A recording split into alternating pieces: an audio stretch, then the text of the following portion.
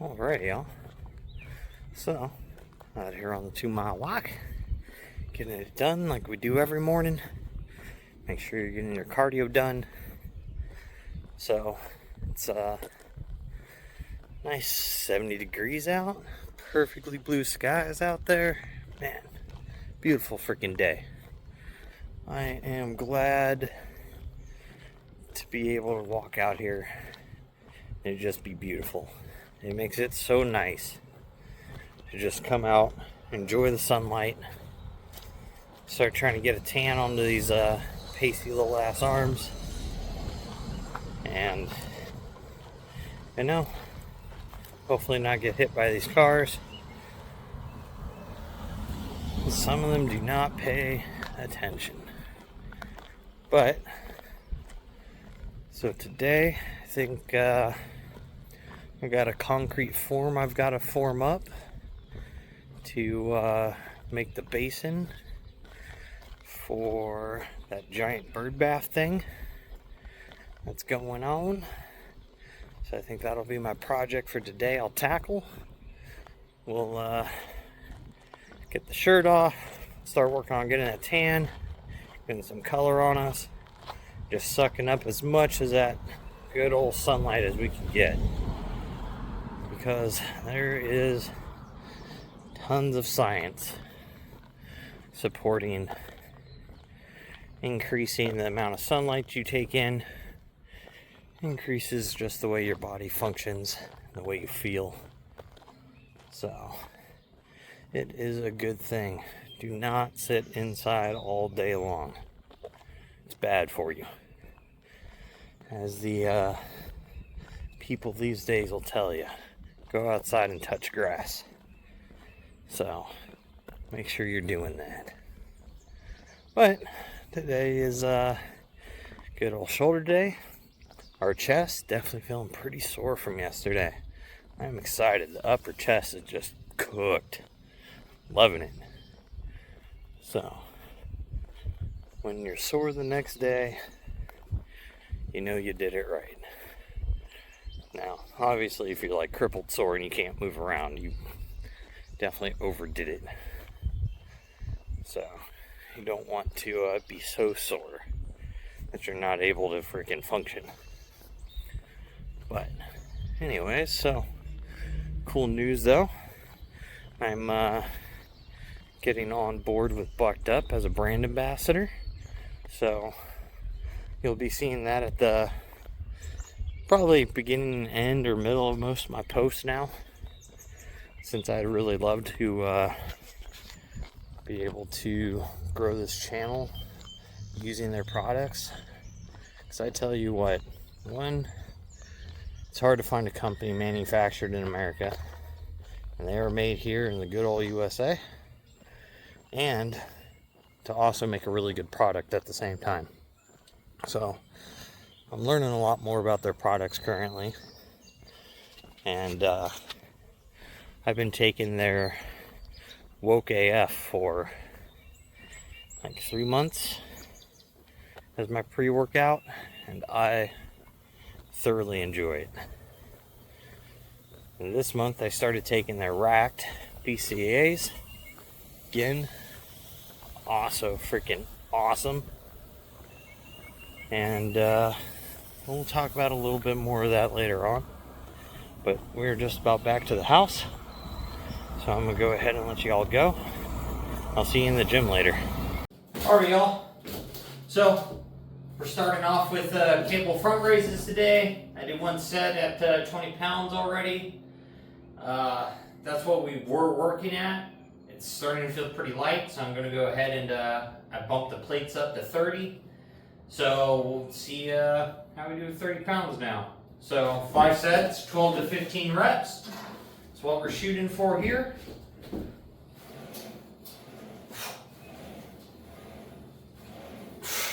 So, one of the things I like most about doing front raises and lat raises and all that stuff with the cables is a pure constant tension that you get. All the way down here at the bottom, 30 pounds. all the way up here at the top, 30 pounds. Now, if it's the dumbbell, down here it's like 2 pounds, 3 pounds really. You're not getting that full 30-pound weight until you're up out here already. So, in my opinion, it's not that effective because the tension applied throughout the arc of the movement isn't even, and if you can apply more load at that fully stretched position, way down here, when the delt's completely stretched and relaxed, you're going to get a lot more growth out of it. So, dumbbell front raises to me are a overall like kind of waste of time unless it's later on in the workout and the delt's already pretty fatigued and it's heavy down here in that movement, but not too bad way up here with a little bit of momentum going. You know, throw them in. Like later on, we're going to do some easy bar front raises, but until then, I'm going to do 4 more sets of this, and we'll be back for single arm lat raises. Alright, so we got through 5 sets, 30 pounds of cable front raises, so we're officially up 10 pounds on that movement, making progress. That's all we can really look for. It's just a little bit over time. It's a month long to go up 10 pounds on that. I'm not going to complain about it. Eventually we're going to hit a point to where that's going to stop progressing, but I am not going to see that for any time soon, at least in 2 arm freaking cable raises. But now we're going to go on to single arm lat raises for the same reason, you know, the stretch and the weight applied to this is just unmatched. I've been doing them at 10 pounds. I set the machine up at 20. We're going to see if we can do these at 20 pounds. Oh. Ugh. Ugh. Ugh. Ugh. We're going to end up having to drop the weight on the next set. But 1 set at a higher weight, not going to be mad about.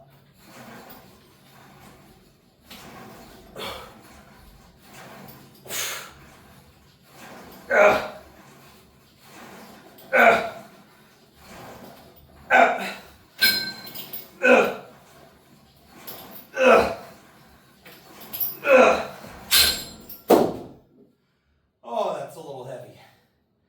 So, I'm going to go ahead and drop that weight back down for the last 4 sets of that. With the pump, feels good. I'm just not ready to move up in those yet. It is what it is. One of those movements and muscle groups I've always kind of struggled with, especially putting size into this medial delt. Just kind of, you're always going to have muscles that like to grow and grow real easy for you, and other ones that just fight you forever and ever and ever, just like calves, little baby calves forever. Takes a long time for those things to grow, but they'll get there eventually. You just got to keep working at it. Same with body fat. You know, if you're having a hard time getting rid of body fat, it's just time. Time will take care of it. You might need to just put on a little more muscle, and your metabolic rate will go up, and you know, then you'll end up losing a little more fat mass later on, or you're just not being true to yourself and strict enough on your diet, or you know, sometimes it just comes down to you may not just be working hard enough and you think you are, or you're doing too much cardio, or you're training too hard and your body can't recover. All that stuff all affects how lean you're going to get while being muscular. So it's all a balance. You're basically a big science experiment, and everyone's different to a point. The basics stand true though. Calories in to calories out. If you eat less calories than you burn, you're going to lose weight. Whether it's muscle or fat, that's up to genetics and how active you are and what you're doing. Now, if you're eating more calories than what you're burning, you're going to get bigger. Now, whether that's going to be in fat or muscle, again, it's coming down to how active you are, what type of activities you're doing, if you're being lazy, and what type of calories you're using for that surplus or deficit. So there's a lot to it. But for the most part, count your protein and track your calories, and those two things will normally get, I'd say, 85 to 90% of the population to what their goals are looking for. So don't overthink it too much. It's not hard. Do a little bit of cardio, do a little bit of lifting, a gram of protein per pound of body weight, and basically you can take your body weight and add a 0 to the end of it. And for the most part, for most people, you know, that's probably going to put you at like a 300 calorie deficit or so. If you're kind of chunky. Now, if you're already lean, that math don't work. You need a lot more calories than that. But I've done that with a few people, and it's worked really well for them. So, but I'm not a coach. It's not advice. So take that opinion as you will. But I'm gonna finish up these lat raises, and then we'll be on. So finished up lat raises. Now we're gonna go into single arm rear delt flies. I do these one arm at a time, so I don't have to deal with the funky crossover, which arm did I put on top last, blah, blah, blah. I don't want to track all that stuff. I just want to do one arm at a time, isolate it, make sure I'm hitting the same amount of reps. Makes it real easy for me. So, these are at just 10 pounds. My rear delts, again, another one of those muscles that, for me, is never really super strong, but they will get pretty big. As long as I train these things really often.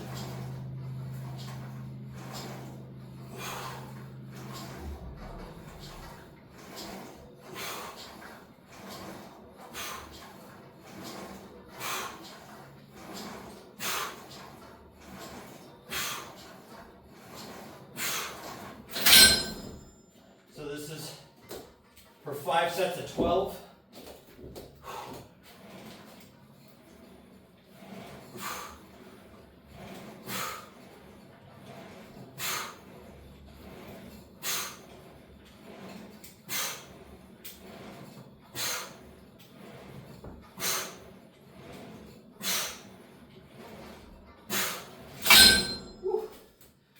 Big pump. So, feeling freaking awesome. Shoulders starting to feel nice and round. I know they're not all that big yet, but man, they feel like freaking softballs. So, as long as they're feeling that way, they'll get there eventually. I've got 4 more sets of these to do. Then we'll be moving on to overhead press now that the shoulders are nice and warm. And they're ready to actually work under a fairly heavy load. I am working on going behind the head still, and not a military press, so that range of movement still feels a little weird to me, but we'll see where we get today. We've moved up every week so far with it, so we shall see. So, I have warmed up with 55 and 75, and then I hit 95 for what was supposed to be my first working set, but it still felt kind of light. So I went ahead and I've gone to 115. So we're going to go ahead and see how 115 actually feels. We're shooting for 8 to 12 reps on these sets. So let's see if we can get at least 8 here.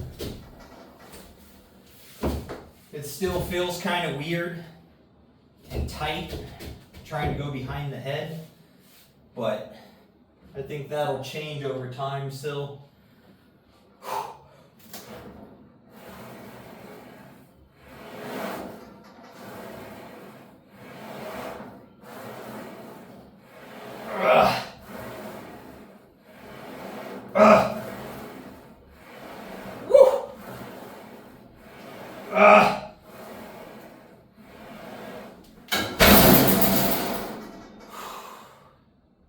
Well, that's 8.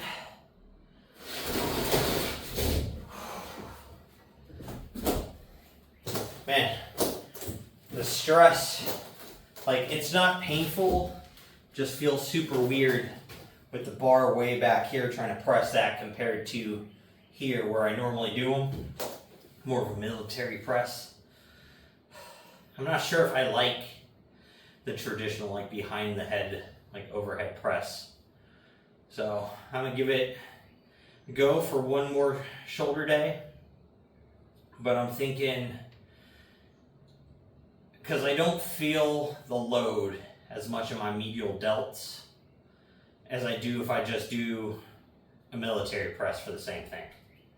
So I think I am shorting myself on this movement strictly because I can't go as heavy, and I don't think I can contract and target just that medial lateral head here as much as I can just coming right down out front of me.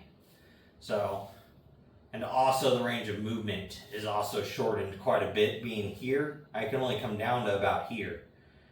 But if I'm up here, I can come all the way down.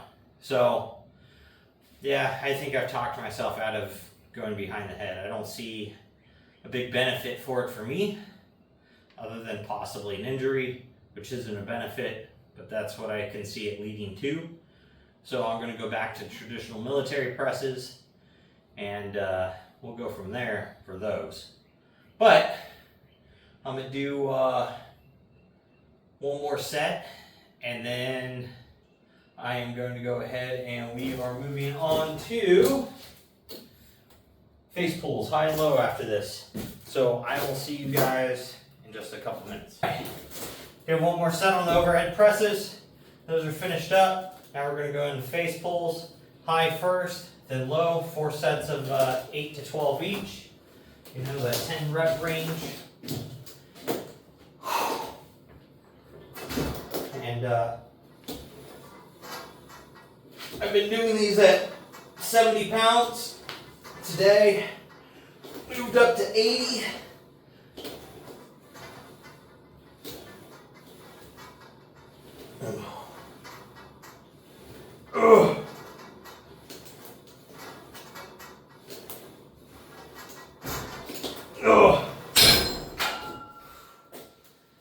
So, a few things are getting stronger, which is nice.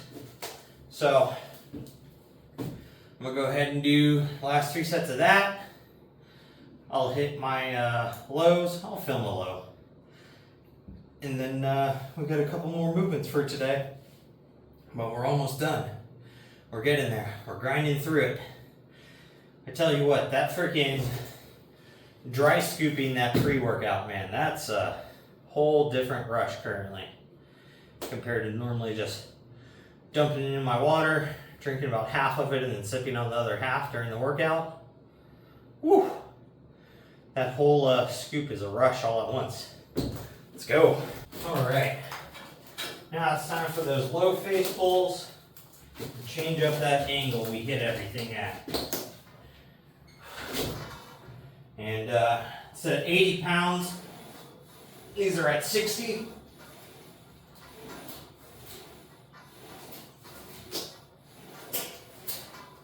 Ugh. Ugh.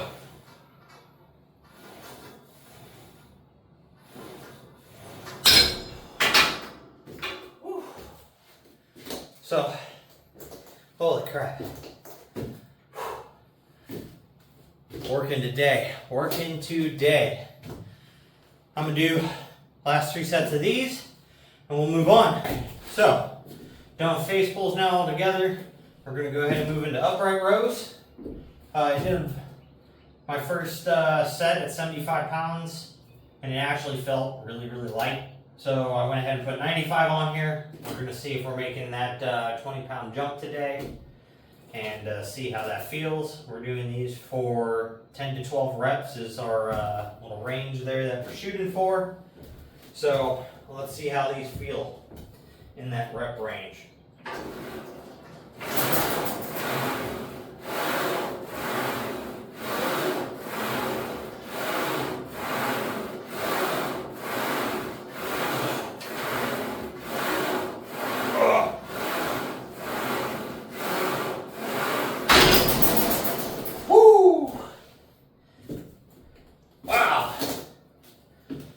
feel great. Those feel great, guys and girls. Ain't leaving y'all out. Freaking. That is 20-pound jump there. Makes a difference from it feeling like way too light. We ain't doing nothing to you are now working. So I'm gonna go ahead and hit 2 more sets of these, and then we'll move on to the next thing. Alright, so last thing we're doing today now is going to be easy curl bar front raises with our palms up. To me, in this pronated position, it brings the arm into a more stretched position down here in the bottom. I can feel the front delt really lengthen, and on the contraction I can just feel it way, way tighter when my palms are turned up for a front raise, so I like to finish with them. Also, good old cable crunches. We're going to do them with the short bar today. Get a little more of that upper abdominal activation when we're crunching than we do with the cable, because the cable's down here compared to sitting way up here. So it just loads differently. But let's get these things done, because I am ready to go make something for dinner.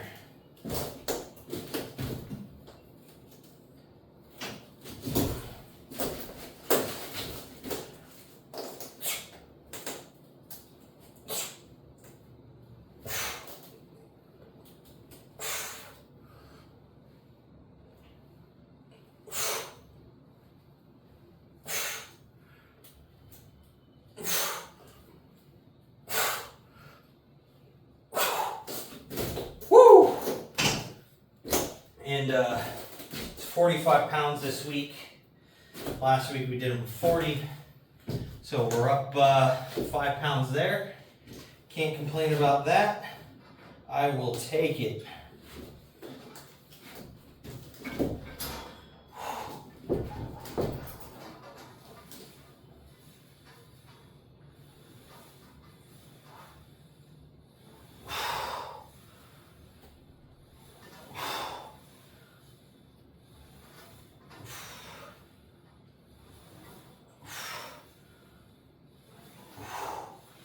So, what is your guys' favorite core movement?